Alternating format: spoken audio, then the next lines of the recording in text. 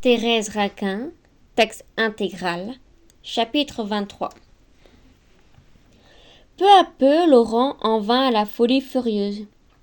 Il résolut de chasser Camille de son lit. Il s'était d'abord couché tout habillé, puis il avait évité de toucher la peau de Thérèse. Par rage, par désespoir, il voulut enfin prendre sa femme sur sa poitrine et l'écraser, plutôt que de la laisser au spectre de sa victime. Ce fut une révolte superbe de brutalité. En somme, l'espérance que les baisers de Thérèse le guériraient de ses insomnies l'avait seul amené dans la chambre de la jeune femme. Lorsqu'il s'était trouvé dans cette chambre, un maître, sa chair déchirée par des crises plus atroces, n'avait même plus songé à tenter la guérison. Il était resté comme écrasé pendant 3 semaines, ne se rappelant pas qu'il avait tout fait pour posséder Thérèse, et ne pouvant la toucher sans accroître ses souffrances, maintenant qu'il la possédait. L'excès de ses angoisses le fit sortir de cet abrutissement.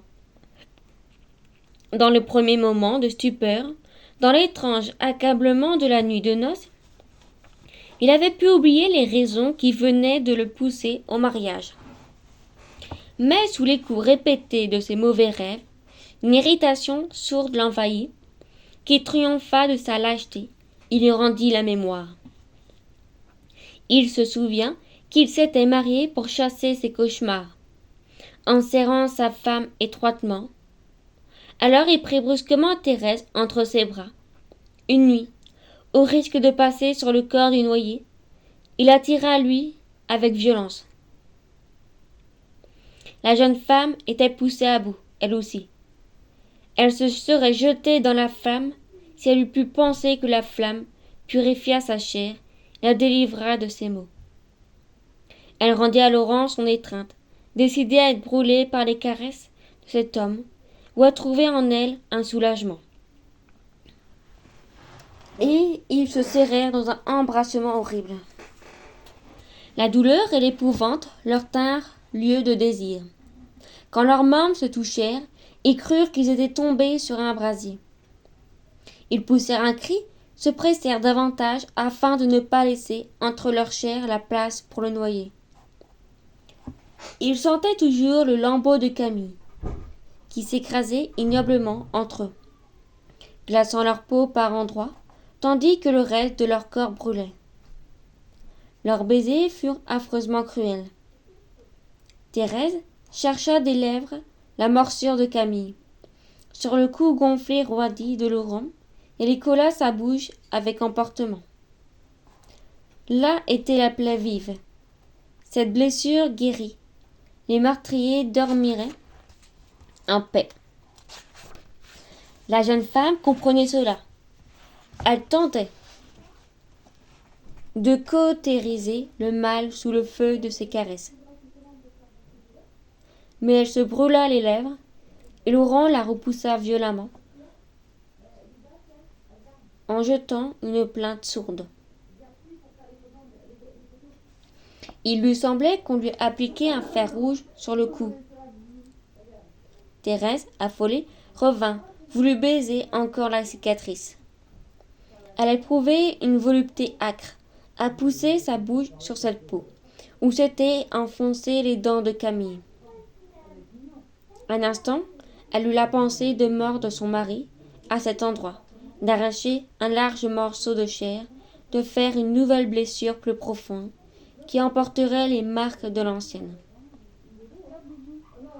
Et elle se disait qu'elle ne pâlirait plus alors en voyant l'empreinte de ses propres dents. Mais Laurent défendait son cou comme ses baisers.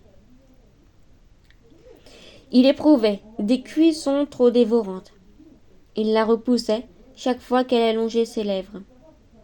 Ils luttèrent ainsi râlant, se débattant dans l'horreur de leurs caresses. Ils sentaient bien qu'ils ne faisaient qu'augmenter leur souffrance. Ils avaient beau se briser dans des étreintes terribles et criaient de douleur.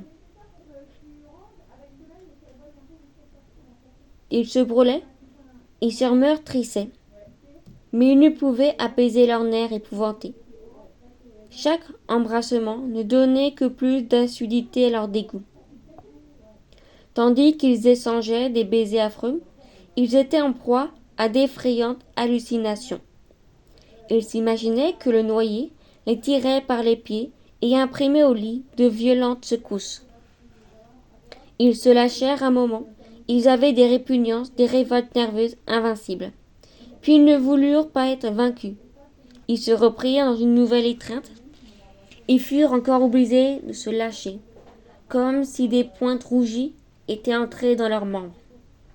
À plusieurs reprises, ils tentèrent ainsi de triompher de leur dégoût, de tout oublier, en lassant, en brisant leurs nerfs. Et, chaque fois leurs nerfs s'irritèrent, se tendirent en leur causant des exaspérations, telles qu'ils seraient peut-être morts d'énervement, s'ils étaient restés dans les bras l'un de l'autre. Ce combat contre leur propre corps les avait exaltés jusqu'à la rage. Ils s'entendaient, ils voulaient l'emporter.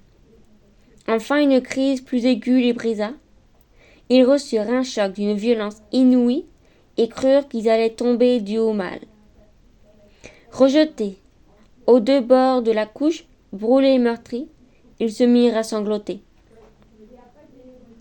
Et dans leurs sanglots, il leur sembla entendre les rires de triompher du noyé qui se glissait de nouveau sous les draps avec des ricanements. Ils n'avaient pu le chasser du lit. Ils étaient vaincus. Camille s'étendit doucement entre eux, tandis que Laurent pleurait son impuissance et que Thérèse tremblait, qui ne prit au cadavre la fantaisie de profiter de sa victoire pour la serrer à son tour entre ses bras pourris en maître légitime. Ils avaient tenté un moyen suprême devant leur défaite. Ils comprenaient que désormais, ils n'oseraient plus échanger le moindre baiser. La crise de l'amour fou qu'ils avaient essayé de déterminer pour tuer leur terreur venait de les plonger plus profondément dans l'épouvante, en sentant le froid du cadavre, qui maintenant devait les séparer à jamais. Ils versaient des larmes de sang, ils se demandaient avec angoisse ce qu'il allait devenir. Fin du chapitre 23.